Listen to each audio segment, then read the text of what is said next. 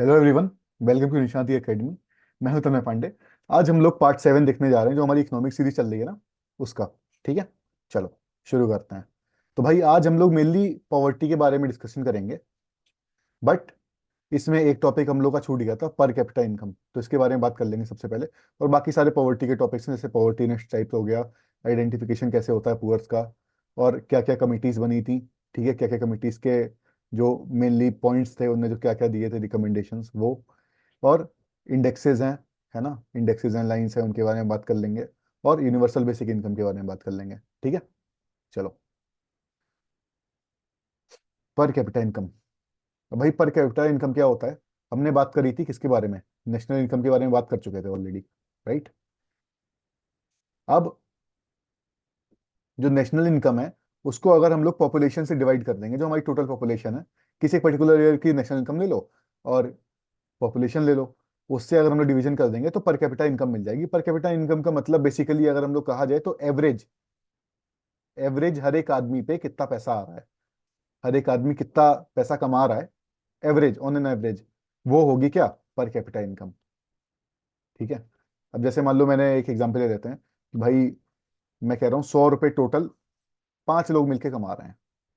ठीक है, तो एक आदमी की इनकम क्या हो गई? 20 रुपीज, ये एवरेज इनकम हुई। यही क्या हुई? Per capita income. हमने टोटल इनकम को डिवाइड कर दिया किससे? पॉपुलेशन से। ठीक, ये हो गई पर कैपिटा इनकम। चलो, now poverty and its types. भाई पॉवर्टी और उसके टाइप्स क्या क्या है? पहले तो पॉवर्टी क्या होती है? What is poverty? पॉवर्टी का मतलब ये है कि देखो, लैक ऑफ इसेंशियल रिसोर्सेस, जो जो चीजें जरूरी हैं, ठीक है, वो चीजें हम लोग डिफाइन कैसे कर सकते हैं? पॉवर्टी को ऐसे ही डिफाइन कर सकते हैं कि जो जो चीजें जरूरी हैं इंसान के लिए, है ना, वो बहुत पुराना डायलॉग है, रोटी कपड़ा मकान। ठीक है, मकान तो चलो फिर भी जरूरी नहीं है, मतलब रहने का शेल्टर जरूरी है, अपना खुद का मकान होना जरूरी नहीं है। ठीक, तो फूड, शेल्टर, क्लोथ्स, रोटी कपड़ा मकान, ठीक है, ये सब क्या हो गया? दीज आर इंपॉर्टेंट थिंग्स जो सस्टेन हमारी लाइफ चलने के लिए बहुत जरूरी है। ठीक है, तो अगर ये नहीं है किसी के पास, ठीक है, या डिसेंट स्टैंडर्ड ऑफ लिविंग नहीं है, अच्छा ठीक ठाक वो सही से रह नहीं रहा है, तो वो क्या हो जाएगा? वो आ जाएगा पॉवर्टी में। उससे हम उस कंडीशन को हम लोग क्या कहेंगे? उस कंडीशन को हम लोग कहेंगे पॉवर्टी। ठीक, चलो। Absolute poverty. अब भाई एब्सोल्यूट पॉवर्टी का मतलब क्या है? एब्सोल्यूट पॉवर्टी का मतलब है कि lack of resources to meet basic human needs such as food, shelter, clothing. ठीक है, जो हमने पॉवर्टी की बात कर ली, उसी को एब्सोल्यूट पॉवर्टी कह सकते हैं। अगर पहले आगे वाले टर्म्स को समझ लेते हैं, तो फिर समझ में आएगा कि हाँ भाई एब्सोल्यूट पॉवर्टी का मतलब क्या था। Relative poverty. अब भाई रिलेटिव पॉवर्टी का मतलब क्या है? कि समाज के कंपैरिजन में, समाज के कंपैरिजन में आप अमीर हो, गरीब हो, या आपके कैसे स्टैंडर्ड ऑफ लिविंग है। मतलब मैं कह सकता हूँ कि हाँ भाई, आपके पास फूड है, क्लोथ्स हैं, शेल्टर है, ठीक है, बट बाकी समाज के पास कार भी है, सबके पास, मान लो सबके पास कार है, सबके पास बाइक है, आपके पास नहीं है, तो क्या माने जाओगे? You will be relatively poor, not absolute poor. है ना, एब्सोल्यूट पुअर क्यों नहीं हो? क्योंकि आपके पास बेसिक चीजें हैं, बट बाकी समाज के कंपैरिजन में, बाकी लोगों के कंपैरिजन में आपके पास कुछ ऐसी चीजें नहीं है जो बाकी सब लोगों के पास हैं। ठीक है, तो आप क्या माने जाओगे? रिलेटिवली पुअर, बाकी सबसे रिलेटिव पुअर हो, राइट। ठीक, जैसे ये ऐसे मान लो ना कि आपके आ गए 45% बोर्ड में। ठीक, तो एब्सोल्यूट पॉवर्टी है? नहीं है। ठीक है, क्यों नहीं है? क्योंकि पास तो हो ही गए, 40% में पास है, पास तो हो ही गए, बट बाकी सबके अगर 70% आ रहे हैं, है ना, पास तो आप भी हो गए हो, बाकी सबके 70%, 70-70% आ रहे हैं, मतलब आप क्या हो? इन लोगों के कंपैरिजन में आपके नंबर कम है, आप गरीब हो। ठीक, बात समझ में आ गई? चलो, सिचुएशनल पॉवर्टी। नाम से समझ में आ रहा होगा, सिचुएशन के कारण कुछ पॉवर्टी हुई, मतलब कैसी सिचुएशन? जैसे भाई जॉब छूट गई, ले ऑफ में जॉब छूट गई, ठीक है, या बीमार ऐसा पड़ गए, कोई क्रिटिकल इलनेस हो गई जिसकी वजह से जॉब नहीं कर पा रहे हैं। ठीक, तो उस केस में उसको हम लोग क्या कहेंगे? Situational poverty. उस सिचुएशन की वजह से आपकी पॉवर्टी, या आप उस सिचुएशन की वजह से गरीब हो, ये अक्सर करके टेम्पररी होती है। टेम्पररी क्यों होता है भाई? बीमार हो, सही हो जाओगे, फिर कमाने लगोगे। ठीक है, जॉब छूट गई है, जॉब लग जाएगी, फिर कमाने लगोगे, राइट? चलो, जनरेशनल पॉवर्टी। भाई जनरेशनल पॉवर्टी का मतलब कि आ, पूरे मतलब पीढ़ी पीढ़ी दर पीढ़ी गरीबी दी जा रही है, मतलब लाइक दादा भी गरीब, पापा भी गरीब, फिर बेटा भी गरीब। ठीक। एक इंग्लिश मीडियम कोई मूवी थी, इंग्लिश या हिंदी मीडियम ऐसे ही कुछ नाम था, उसका एक डायलॉग था कि हम भाई शुद्ध गरीब हैं, हमारे दादा भी गरीब थे, पापा भी गरीब थे, हम भी गरीब हैं। तो वो क्या हो गई? That is generational poverty. Generation to generation वो पास ऑन हो रही है पॉवर्टी। ठीक है। पांचवा है मल्टी डायमेंशनल पॉवर्टी। अब भाई मल्टी डायमेंशनल पॉवर्टी का क्या मतलब है? अब देखो, पॉवर्टी में एक चीज तो आपको समझ में आ रही हुई कि भाई पैसा, अगर पैसा नहीं है तो पॉवर्टी तो है ही। ठीक। ये मल्टी डायमेंशनल पॉवर्टी सिर्फ पैसे को ही मानक नहीं मानता है, मतलब कि इनकम इज वन थिंग। ठीक है, उसके अलावा भी जैसे एजुकेशन स्टैंडर्ड्स हो गए, हेल्थ स्टैंडर्ड्स हो गए, लिविंग स्टैंडर्ड्स हो गए, ये सारी चीजें अप टू द मार्क हैं कि नहीं है? एजुकेशन सही से मिल पा रही नहीं मिल पा रही है, हेल्थ सही है कि नहीं है? तो ये सारी चीजों को भी क्या मानता है? एक डायमेंशन मानता है पॉवर्टी को मेजर करने के लिए। सिर्फ पैसा ही कारण नहीं मानता है, कहता भाई एजुकेशन भी अगर कम मिले तो भी गरीब हो। ठीक है। हेल्थ पुअर है, हेल्थ सर्विसेज पुअर है, ठीक है, हॉस्पिटल्स अच्छे नहीं है तो भी गरीब हो। ठीक है। तो ये सारी चीजों को ये कई डायमेंशंस में पॉवर्टी को मानता है। इसका मतलब क्या हो गया? ये मल्टी डायमेंशनल पॉवर्टी ये हो गई। ठीक। चलो आगे बढ़ते हैं। Identification of poor. भाई गरीब लोगों को पहचाना कैसे जाए कि कौन है? ठीक है, क्योंकि जो गवर्नमेंट स्कीम सक्सेस करके होती हैं वो, जब गरीब हम लोग पहचान लेंगे तभी तो उनको बेनिफिट देंगे, तभी तो उनके अकाउंट में, जैसे डीबीटी की बात हो गई, डायरेक्ट बेनिफिट ट्रांसफर, तो डायरेक्ट पैसा किसी गरीब के अकाउंट में पहुंचाना है तो पहले पता होना चाहिए ना कि भाई गरीब है कौन, राइट? तो वो कैसे पता चलता है? कई सेंसस होते हैं, कई स्टडीज होती हैं, कई सर्वेज होते हैं, जैसे सोशो इकोनॉमिक कास्ट सेंसस हो गया, ठीक है, बीपीएल सर्वेज हो गए, ठीक है, पॉपुलेशन सेंसस हो गया जो 2011 में हुआ था लास्ट टाइम, राइट? तो ये सारे सेंसस से हमें पता चलता है कि हाँ भाई इस घर में इतने बच्चे हैं, इतने लोग हैं, और क्या इनकम है। ठीक है, पॉवर्टी लाइन के ऊपर हैं या पॉवर्टी लाइन के नीचे हैं। ठीक है, ये सारी चीजें हमें इनसे पता चलती है। और स्टेट स्पेसिफिक सर्वेज भी होते हैं कि भाई अलग अलग स्टेट अपने लिए सर्विस कराते रहते हैं। ठीक है, ये भी पता चलता है। चलो, पॉवर्टी एस्टिमेशन कमिटीज। अब भाई कुछ कमिटीज बिठाई गई, है ना, आज़ादी के बाद से, कि हाँ भाई अब पॉवर्टी पे चर्चा करी जाए, पॉवर्टी पे बात करी जाए, समझा जाए कि भाई इसको इरेडिकेट कैसे किया जा सकता है। तो जैसे ये हो गया नेशनल प्लानिंग कमेटी। भाई जवाहरलाल नेहरू चेयरमैन थे इसके, 1938 में आई थी। ठीक है। और पॉवर्टी बिलो, ये क्या कहते हैं, 15 से 20 अगर रुपए पर कैपिटा इनकम है ना, 15 to 20 rupees per capita income. Per capita की अभी हमने बात कर ली। Per capita income per month, अगर 15-20 रुपए से कम कमा रहे हो तो वो बंदा गरीब माना जाएगा। ठीक है, पॉवर्टी में माना जाएगा। ठीक। चलो, 1962 में आई क्या, first planning commission working group. ठीक। तो इनने सबसे पहली बार इनने पॉवर्टी लाइन का कॉन्सेप्ट इंट्रोड्यूस किया। ठीक है, जो आज हम लोग पॉवर्टी लाइन का कॉन्सेप्ट देख रहे हैं, सबसे पहली बार यही इंट्रोड्यूस हुआ था। ठीक है, एग्जाम में पूछ सकते हैं ये चीज। फिर इनने क्या रिकमेंड किया? इनने कहा भाई कि 5 लोगों के घर के लिए, 5 लोगों के घर के लिए 100 रुपए से कम फॉर रूरल, मतलब गांव में, गांव वाले इलाकों में, और अर्बन शहर वाले इलाकों में 125 रुपए मिनिमम होना चाहिए। ठीक है, इससे नीचे है तो बिलो पॉवर्टी लाइन माना जाएगा बंदा या परिवार। ठीक। नाउ वाई की अलग कमिटी, इन्होंने क्या बोला? Decided to measure poverty precisely as starvation, that is in terms of how much people eat. अब इनने पहली बार कैलोरी वाला कॉन्सेप्ट लाया। आपको ये तो पता ही होगा कि भाई ये जो कैलोरीज होती हैं, these are unit of energy, है ना, हमारी बॉडी में जो हम लोग फूड खाते हैं that contain some sort of calories, right? और वो कैलोरीज जो होती हैं उन्हीं के बेसिस पे काउंट होता है। इनने कहा कि उन्हीं के बेसिस पे हम लोग काउंट करते हैं कि हाँ भाई कोई बंदा पुअर है या नॉन पुअर है, मतलब कि ठीक ठाक अपने आप को सस्टेन कर पा रहा है। ठीक। तो इन्होंने कहा कि भाई 2100 कैलोरीज अर्बन एरियाज में और 2400 कैलोरीज रूरल एरियाज में, इससे अगर कम अगर आदमी खा रहा होगा, ठीक है, तो उस केस में वो पुअर माना जाएगा। ठीक है। अब कहोगे कि भाई रूरल एरियाज में 2400 कैलोरी और 2100 अर्बन एरियाज में क्यों? ऐसा इसलिए क्योंकि अर्बन एरियाज में यूजुअली जो वर्क होता है दैट इज नॉन एग्रीकल्चरल। मतलब यहाँ पे जो रूरल एरियाज में जो वर्क है वो यूजुअली मेहनत वाला एग्रीकल्चरल वर्क होता है, मेहनत वाला, जिसमें जब मेहनत करेगा आदमी, एनर्जी ज्यादा उसमें लगाएगा, तो एनर्जी चाहिए भी ज्यादा होगी, राइट। तो इसलिए यहाँ पे 2400 कैलोरीज ली गई रूरल एरियाज के लिए, और अर्बन के लिए 2100 कैलोरीज। इससे कम होगा तो पुअर माना जाएगा। लकड़ा वाला कमेटी। अब भाई लकड़ा वाला कमेटी ने क्या बोला? इनने कहा कि ठीक है, कैलोरी कंजम्पशन, कैलोरी कंजम्पशन के ऊपर बेस्ड इनने जो अलग कमेटी ने कहा है, चलो बात ठीक है।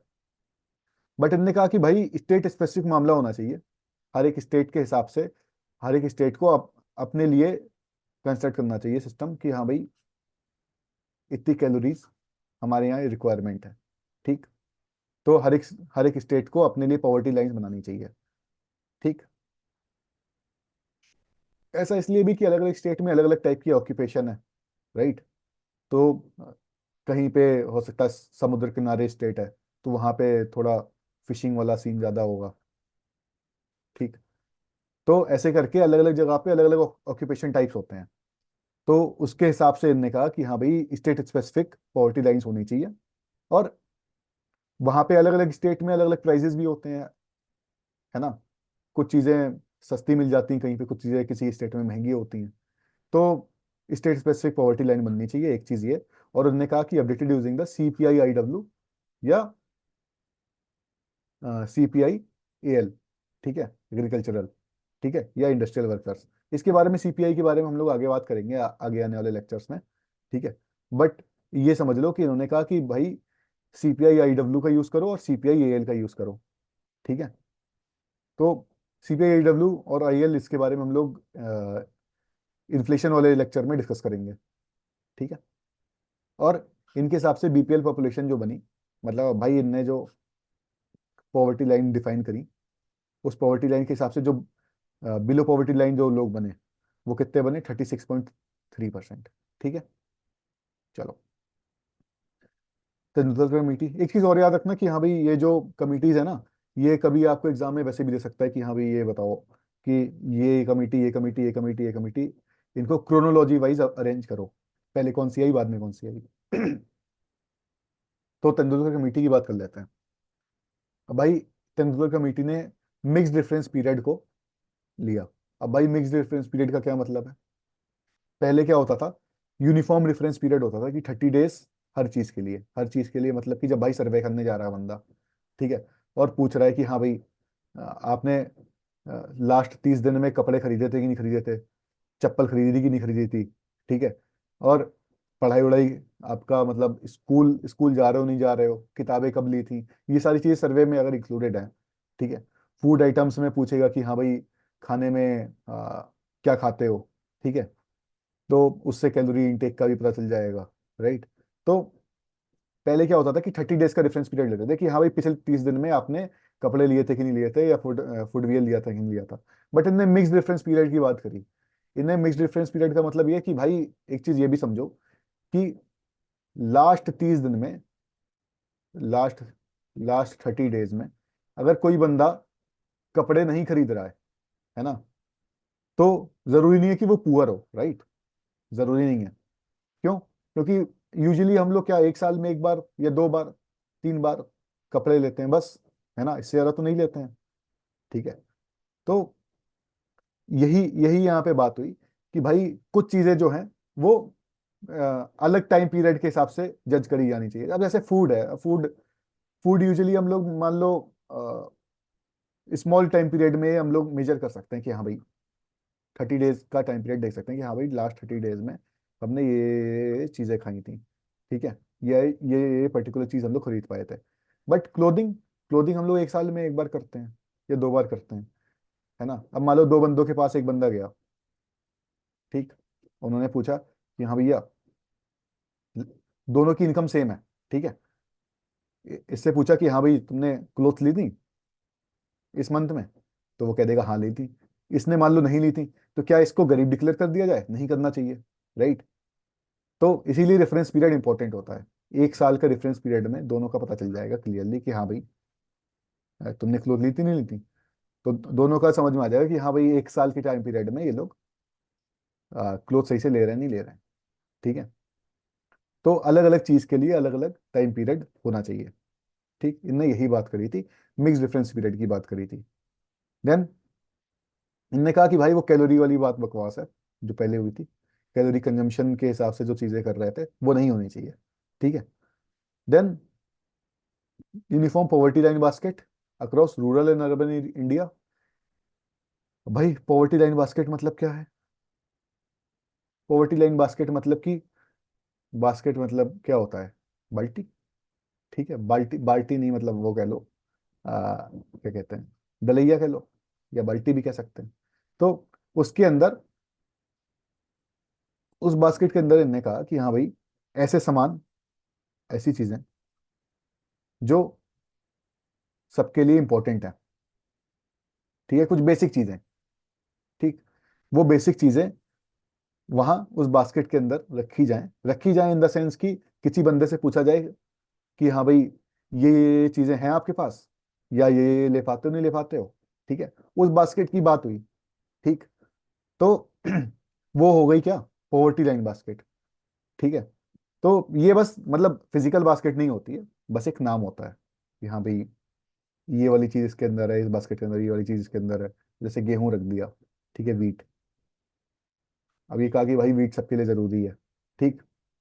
तो वीट एक चीज हो गई, है ना। या वीट की जगह मतलब ओवरऑल फूड कह दो, ठीक। फूड हो गया, क्लोथ्स हो गई, ये रख दिया कि हाँ भाई ये चीज जरूरी है, ये चीज जरूरी है, ठीक। तो वो क्या हो गया, यूनिफॉर्म पॉवर्टी लाइन बास्केट हमने रख दी। अब इसके थ्रू ही सब कंपैरिजन करेंगे कि हाँ भाई इस बंदे के पास ये है नहीं है, उस बंदे के पास ये है नहीं है, तब उसके हिसाब से उसको पुअर डिक्लेयर किया जाएगा या नॉन पुअर डिक्लेयर किया जाएगा, राइट। अब incorporation of private expenditure on health and education while estimating poverty. मतलब ये कि भाई पहले हम लोग मेडिकल एक्सपेंसेस को अलग से काउंट नहीं करते थे ये पॉवर्टी एस्टिमेट करने के लिए। बट ये पता चला कि हाँ भाई इंडिया की जो उस टाइम पे कंडीशन है, मतलब जो हॉस्पिटल्स या मेडिकल जो इंफ्रास्ट्रक्चर है ना, वो उतना अच्छा नहीं है, ठीक है। कि हर एक बंदा जा करके सिर्फ सरकारी मेडिकल इंफ्रास्ट्रक्चर में ही जाए। हर कोई चाहता है कि हाँ भाई मैं कहीं ना कहीं प्राइवेट हॉस्पिटल में अच्छी जगह दिखाऊं। तो इसको फिर इनने इसमें काउंट करना स्टार्ट कर दिया कि हाँ भाई प्राइवेट एक्सपेंडिचर को भी काउंट करो कि हाँ भाई हेल्थ पे जो एक्सपेंडिचर हो रहा है या एजुकेशन पे जो ये एक्सपेंडिचर हो रहा है वो भी काउंट होना चाहिए पॉवर्टी एस्टिमेट करने के लिए। पहले इसको काउंट ही नहीं करते थे कि हाँ भाई ये तो सरकार खर्चा उठा ही लेगी, ठीक है। चलो, बीपीएल परसेंटेज कितनी आई? 21.9%, ठीक। नाउ रंगराजन कमेटी पे आते हैं। इनने क्या किया, जो mixed difference period Tendulkar committee ने अडॉप्ट किया था, उसमें क्या किया, उसमें कुछ छोटे मोटे मॉडिफिकेशंस किए और कहा कि हाँ भाई 365 डेज फॉर क्लोथिंग होना चाहिए, फुटवेयर होना चाहिए, एजुकेशन और institutional medical care and durable goods 7 दिन होना चाहिए इन सारी चीज़ों के लिए, एडिबल ऑयल के लिए, एग के लिए, वेजिटेबल्स के लिए, फ्रूट्स के लिए। और प्रीवियस 30 डेज होना चाहिए किसके लिए, बाकी सब जो भी फूड आइटम्स हैं उनके लिए, ठीक। तो इनने ये मिक्स डिफरेंस पीरियड की बात हमने ऑलरेडी कर ली, वो इनने डिफरेंस पीरियड अडॉप्ट किए, ठीक। नाउ बेसिस क्या है, इनने monthly expenditure for family of 5, इनने 5 लोगों की फैमिली के हिसाब से जो भी इनने बातें बताई, ठीक है। और इनने जो पॉवर्टी लाइन डिस्क्राइब करी वो 5 लोगों के हिसाब से ही करी, ठीक है। नाउ बीपीएल पॉपुलेशन इनके हिसाब से 30% आई थी, ठीक है। जो बिलो पॉवर्टी लाइन जो लोग आए थे वो 30% आए थे, ठीक। Now international indexes and lines. अब भाई ये बहुत इंपॉर्टेंट है, एमपीआई, इससे हर एक एग्जाम में एक आध क्वेश्चन तो आ ही जाता है कुछ ना कुछ। ठीक। तो ये कौन बनाता है? यूनाइटेड नेशन डेवलपमेंट प्रोग्राम और Oxford poverty and human development index. Okay. ये दोनों लोग मिल करके इसको, इस इंडेक्स को रिलीज करते हैं, या इसकी रिपोर्ट रिपोर्ट कह लो, इसकी रिपोर्ट को रिलीज करते हैं ये दोनों लोग मिल करके। ठीक है। तो यहाँ पे क्या है, इनने, अभी हमने मल्टी डायमेंशनल पॉवर्टी की बात करी थी ना, तो इन्हें तीन चीजें डिस्क्राइब कर रखी हैं: हेल्थ, एजुकेशन, लिविंग स्टैंडर्ड्स। ये जो तीन चीजें हैं, ये इनने कहा ये सबसे इंपॉर्टेंट है फॉर जजिंग कि कोई बंदा पुअर है कि नहीं है। ठीक है। इसमें हेल्थ के लिए इनने क्या दिया हुआ है? तीनों के लिए 1/3 दे रखा है, 1/3, 1/3, 1/3। ठीक है। व- अब इस 1/3 में क्या है? 1/3 क्या है? वेटेज। ये सब वेटेज हैं। तो न्यूट्रिशन का 1/6 वेटेज दे दिया, और चाइल्ड मोर्टेलिटी का 1/6 वेटेज दे दिया। ईयर्स ऑफ स्कूलिंग 1/6 दे दिया, स्कूल अटेंडेंस 1/6 दे दिया। ठीक है। देन ये सारे जो हैं, कुकिंग फ्यूल हो गया, sanitation, drinking water, electricity, housing, assets, living standards में ये सब आ जाएंगे। ठीक है। तो इन सब का 1/18, 1/18 ऐसे करके दे दिया वेटेज। ठीक है। तो इसको सब मिला करके ये सॉर्ट ऑफ मार्क्स कह लो, आउट ऑफ 1। ठीक है। ये जिसका सबसे ज्यादा है, जिस भी कंट्री का सबसे ज्यादा होता है, वो नंबर 1 रैंक करती है, और जिसका सबसे कम है 1/1 में से, वो लास्ट रैंक करती है। ठीक है। चलो, आपके लिए एक सवाल है, इंडिया की रैंक बताओ कमेंट्स में। लेटेस्ट रैंक इंडिया की जो भी है वो रैंक बताओ। ठीक। Now world bank poverty line की बात कर लेते हैं। वर्ल्ड बैंक पॉवर्टी लाइन ने, भाई इनने शुरू में क्या कहा, वर्ल्ड बैंक ने, कि भाई $1.25 रख देते हैं क्या पॉवर्टी लाइन को। ठीक है। पर डे, मतलब पर डे अगर बंदा $1.25 से कम कमा रहा है तो वो गरीब है। ठीक। नाउ इनने अपडेट कर दी वो लाइन, जब जैसे जैसे इन्फ्लेशन बढ़ेगा, महंगाई बढ़ेगी, चीजें चेंज होंगी, तो ऑब्वियसली वो भी लाइन भी अपडेट करनी पड़ेगी। तो $2.15 इनने कर दी कि हाँ भाई, 2022 में अपडेट आया ये, $2.15 इनने कर दी पर डे। ठीक। Now third thing is world bank poverty line for India. One second. One world bank poverty line for India, countries poverty rate, ये जो हमारा पॉवर्टी रेट है वो कम हुआ है। ठीक है। 21.9% था पहले, और 12.4% हुआ है 2011-12 में। ठीक। चलो, अब आगे बढ़ते हैं, यूनिवर्सल बेसिक इनकम की बात करते हैं। ठीक है। यूनिवर्सल बेसिक इनकम क्या कॉन्सेप्ट है, कि हाँ भाई, हर एक सिटीजन को, एक कंट्री में मान लो 5 सिटीजन है। ठीक है। इनमें से तीन बंदे तीन बंदे पुअर हैं, बिलो पॉवर्टी लाइन कह सकते हो, एक बंदा रिच है, और एक बंदा मिडिल क्लास है। ठीक। अब इन पुअर्स को पहचानने में प्रॉब्लम होती है गवर्नमेंट को। ठीक है। कई बार कई अ, धांधली सी भी हो जाती है। व्हाट इज धांधली? भाई धांधली का मतलब ये है कि कई बार कई अच्छे अमीर लोग भी अपने आप को इन पुअर्स की कैटेगरी में दिखा देते हैं। ठीक है। वो करवा लेते हैं, इनकम सर्टिफिकेट जो है वो कम का बनवा लेते हैं। तो ये सब प्रॉब्लम्स होती हैं ना। तो अब इसके लिए यूनिवर्सल बेसिक इनकम का कॉन्सेप्ट ये है कि भाई, हर एक बंदे को, इरिस्पेक्टिव कि उसके पास पैसा बहुत ज्यादा है या कम है या बहुत कम है, हर एक बंदे को एक बेसिक इनकम दी जाए। मान लो मैं कह रहा हूँ महीने की $2,000 दे दिया। ठीक है। इसको भी दे दिया, इसको भी दे दिया, इसको भी दे दिया। तो इसकी हेल्प से इंसान अपना, हर एक बंदा अपना कुछ ना कुछ काम चला पाएगा। लाइक मेनली तो पुअर्स के लिए तो बेनिफिशियल है ही वो, है ना। पुअर्स के लिए बेनिफिशियल इसलिए है कि भाई उनके पास खाने के लिए पैसे नहीं है, तो इस पैसे से वो अपना खाना वाना खरीद सकते हैं, राइट।